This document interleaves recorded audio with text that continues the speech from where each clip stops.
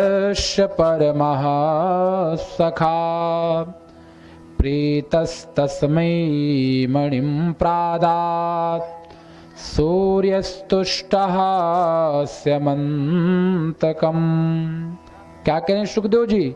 हे राजन, आसीत सत्राजितः सूर्यो, ये भगवान सूर्य का भक्तस्य बहुत बड़ा भक्त था, भक्त के साथ साथ परम सखा, और उसको अपना सबसे हितैषी मित्र मानता था। तो भगवान सूर्य इसके ऊपर प्रसन्न होकर के प्रीतस्मयी मणिम प्रादात, प्रेम के वशीभूत हो जाने के कारण भगवान सूर्य ने एक बार सत्राजित को मणिम प्रादात, सुंदर समयंतक मणि प्रदान कर दी थी।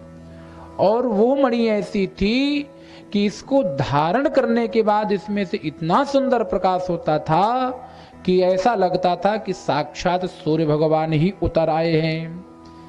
तो आज इस सत्राजित ने उस समयंतक मणि को अपने गले में पहना है, और पहन करके सज्जनों भगवान द्वारिकाधीश से मिलने के लिए द्वारिका आया है। भगवान के सेनापतियों ने जब देखा कि लगता है सूर्य भगवान ही हमारे द्वारिकाधीश से मिलने के लिए आ रहे हैं, तो भगवान को खबर दी गई। भगवान ने कहा कि भगवान सूर्य नहीं है, सूर्य भगवान का परम मित्र और परम भक्त सत्राजित मुझसे मिलने के लिए आ रहा है। सत्राजित भगवान के पास पहुंचा है, भगवान ने स्वागत किया है, कुशल समाचार पूछा है, राज्य संचालन के बारे में पूछा है। और जब कुशल मंगल पूछने के बाद सत्राजित द्वारिका से प्रस्थान करने लग जाता है, तो भगवान ने कहा है कि राजन, तुमने जो मणि पहन रखी थी, इस मणि को हमें प्रदान कर दो, हमको दे दो। तो सत्राजित ने कहा कि महाराज, ये मणि मैं आपको नहीं दे सकता। भगवान ने कहा कोई बात नहीं, तुम्हारी वस्तु है, यदि तुम नहीं दे सकते तो इसमें कोई जोर अजमाइश की बात नहीं है, ले जाइए इसको। ये मणि ऐसी थी कि ये मणि प्रतिदिन 8 भार सोना देती थी, प्रतिदिन 8 मन तोला सोना देती थी, ये रोज का उसका नियम था। तो इस मणि के माध्यम से भगवान चाहते थे कि जो दुर्भिक्षा फैली हुई है, महामारी फैली हुई है, भय लगा है, ग्रह पीड़ा है, मानसिक पीड़ा है, जल की व्यवस्था नहीं है, तो इसे हम सरोवर, तालाब, कुएं, बावड़ियां, लोगों की सेवा करेंगे इस मणि के प्रभाव से। लेकिन भाई यदि आगे वाला नहीं दे रहा है तो जबरदस्ती तो ले नहीं सकते। और भगवान को उसने मणि नहीं दी और लेकर के चला गया। मैं निवेदन करूं, जब हमसे कोई श्रेष्ठ व्यक्ति हो, महापुरुष हो, और हमसे कोई वस्तु मांग रहा हो, तो उस वस्तु को दे देना चाहिए। हो सकता है आपके ऊपर कल्याण करने के लिए ही वस्तु मांग रहा हो।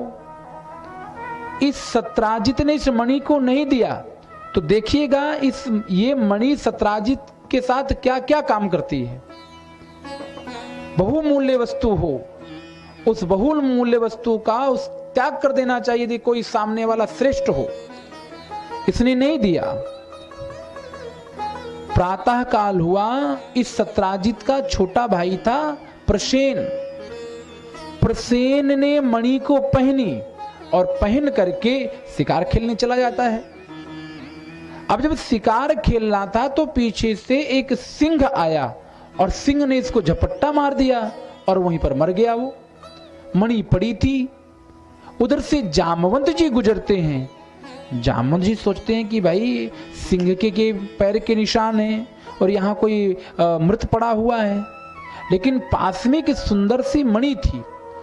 तो उस मणि को उन्होंने लिया और जामवती, उनकी जो पुत्री है, जो गुफा में थी उस समय, जाकर के उस मणि को अपने बेटी को दे दिया कि ले बेटा तुम इस मणि को रख।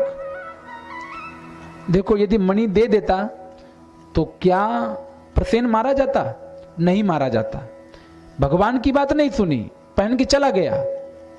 अब देखिए जामवती को जब दे दिया और इधर जैसे प्रातः काल होता है सत्राजित शयन करके उठता है और स्नान ध्यान करने के बाद जैसे ही अपने पूजा कक्ष में जाता है और देखता है कि मणि गायब है, मणि है ही नहीं। उसने पूरे राज्य में ढिंढोरा पिटवा दिया कि कल कृष्ण ने उस मणि को मांगा था और मैंने उस मणि को दी नहीं।